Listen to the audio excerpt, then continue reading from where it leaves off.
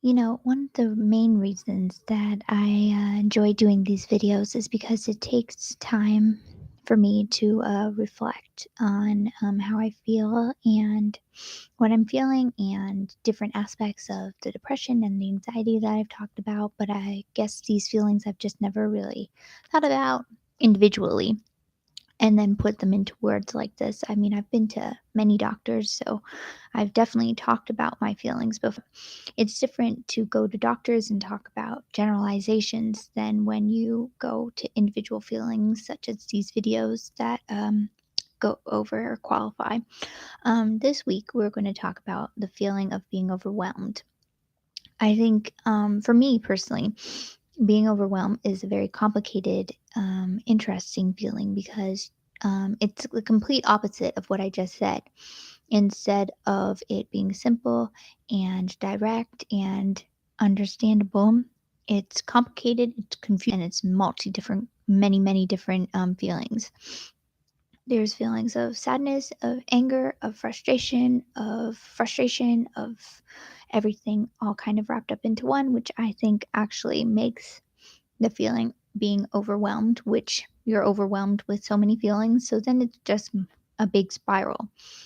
I think for me, I was overwhelmed. I felt the other day at work, and reflecting on it, I think it started with a sadness, a deep, strongness, and there's no explanation for many of these things, just like the feeling of being overwhelmed. I don't think there was anything necessarily that just made me sad. I was just driving to work and then I just felt it. I felt like my heart was kind of breaking.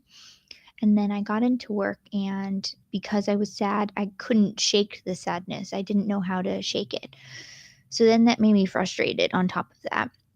So then the frustration kind of grew to this really kind of ugly feeling. I guess that's the only way I can really describe this yucky, ugly feeling that I hated. And I tried to shake it. I tried to be nice and pleasant and do other things like eat or talk to other people or, put a smile on my face for the work, but I couldn't shake it no matter what I did. So then I grew into anger because I was like, this is stupid. Have no reason to be feeling this way, and I couldn't shake it. So then I got to angry.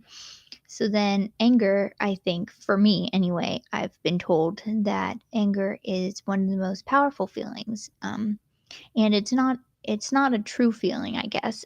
You can feel angry, of course, but I think for a lot of times, for me anyway, there's angry, but then underneath there's always kind of a reason you're feeling angry. So it's like I'm sad, so I'm really angry, or I'm frustrated, so I get angry, or for a lot of people, you're hungry or tired and then you get angry. So it was anger and then frustration and then sadness kind of on a deeper level, and I couldn't shake it, and I felt really not like myself. Usually, I mean, I'm usually on a roller coaster anyway for these mood swings, if you will, or the depression, the up and down, the bipolarness. But for this particular one, I felt so trapped almost and down that I just couldn't shake it no matter what I tried. And trust me, I've tried everything. People would say do breathing techniques, take a break, read a book, listen to music. I can't go for a drive when I'm at work, but they have suggested going for a drive and listening to music. I'm talking to other people about it. I've tried all of that stuff, and unfortunately, most of that stuff is not available when you're at work and you're having to help a lot of people. You certainly can't go for a drive or talk to other people about it while you're at work, but I have tried to listen to music and meditate on it and do breathing exercises, which I am learning how to do. But I couldn't shake it. It's a complicated thing, I think, because I kept thinking to myself, man, I wish I could just call out of work or I could just leave and go home.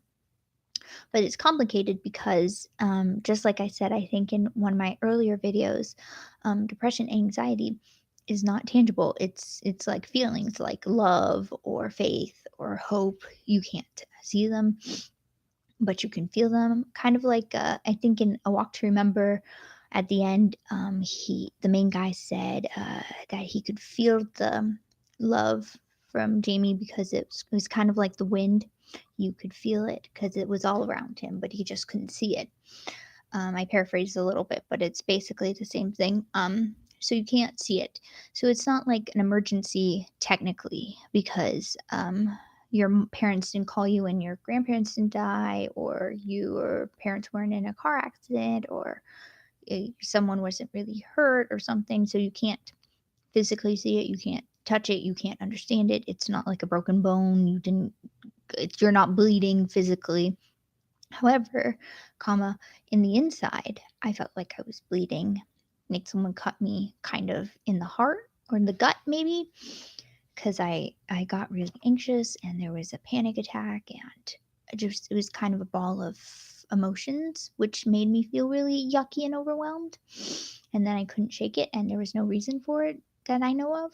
I mean, people keep asking me, but maybe there was a reason. I really just don't know. And then unfortunately, you come home and you're trying to shake it and you just can't, no matter how much you want to. For me at least, I was driving home and I remember I was listening to music and I'm like, usually this helps. Usually I can shake it. But no, I kept feeling like I wanted to cry. I didn't cry when I was driving home, but I felt like I wanted to cry. The tears were there. I could feel them. I didn't want to cry, obviously, while I was driving. That's not the best, but I could feel them. And then I came home and I could still feel them. I could still feel immense pain in my heart and my soul and my gut and my eyes, I guess, because the tears were there. So I could feel the emotion, but I just couldn't express it to anybody because, well, in my neck of the woods, I get home rather late from work and nobody's awake. But even still, I can't just call them and be like, hey, I feel really overwhelmed and I don't know why. And these are the feelings and I don't know what to do about them.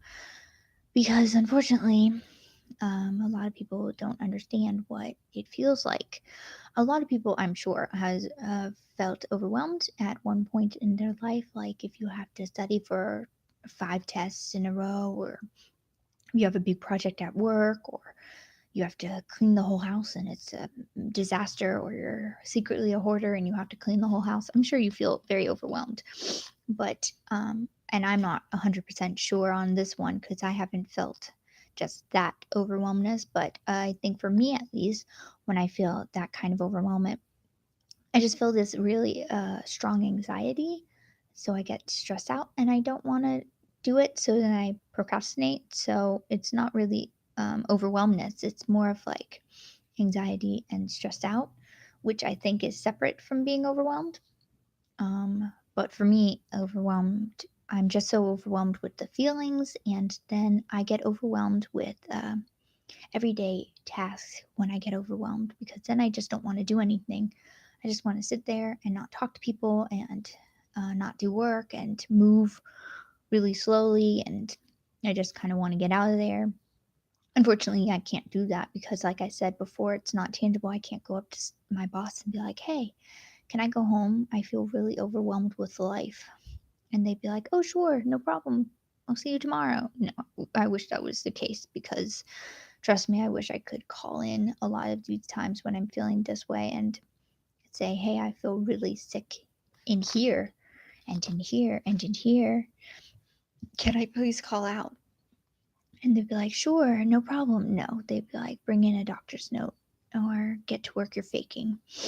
Which, I mean, is unfortunate, but it's true. I mean, unfortunately, I think sometimes people also would take advantage of that because they don't want to work. But I'm the complete opposite. I show up when I have to, I'm there on time, I do what I'm supposed to do, I do more than what I'm supposed to do. But in life, for me anyway, I struggle with feelings and I struggle with feeling them way too much.